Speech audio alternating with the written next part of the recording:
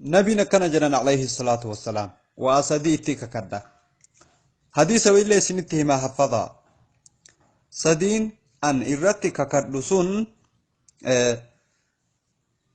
وان إرتو قبيني قبرتشا صدقرا فكينياف osoo riyaala kuma qabaatee keessaa riyaala 10 yookaan 20 sadaqattee riyaala 980 yookaan 990 na jalaa deebite dhir'atte hin jedhin wallaahi rabbiin bakka sii buusa kunoo hadiisatu jedha itti kakadde waan dhir'atu qabeenyi gabrichaa sadaqarraa rabbiilleen yoo sadaqattan bakka isinii buusaa jedha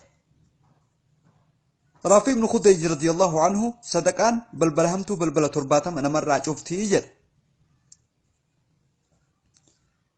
ilmi keessatti jallatuun balbala hamtuuti.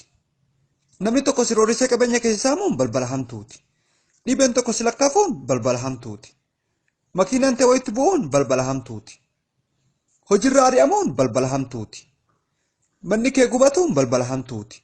Qabeenyi kee saamamuun balbala hamtuuti. Balballi hamtuu baay'eedha.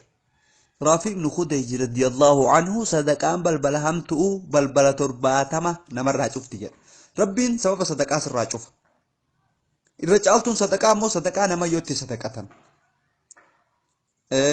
Obboleettii teetitti yoo tola oolte, intala teetan heerumtetti, haboo teetitti, adaadaa teetitti, abbeeraa keetitti, eessuma keetitti, akkuma namni ati itti sadaqattu nama yoo kee ta'uun ajiriilleen sii baay'ata.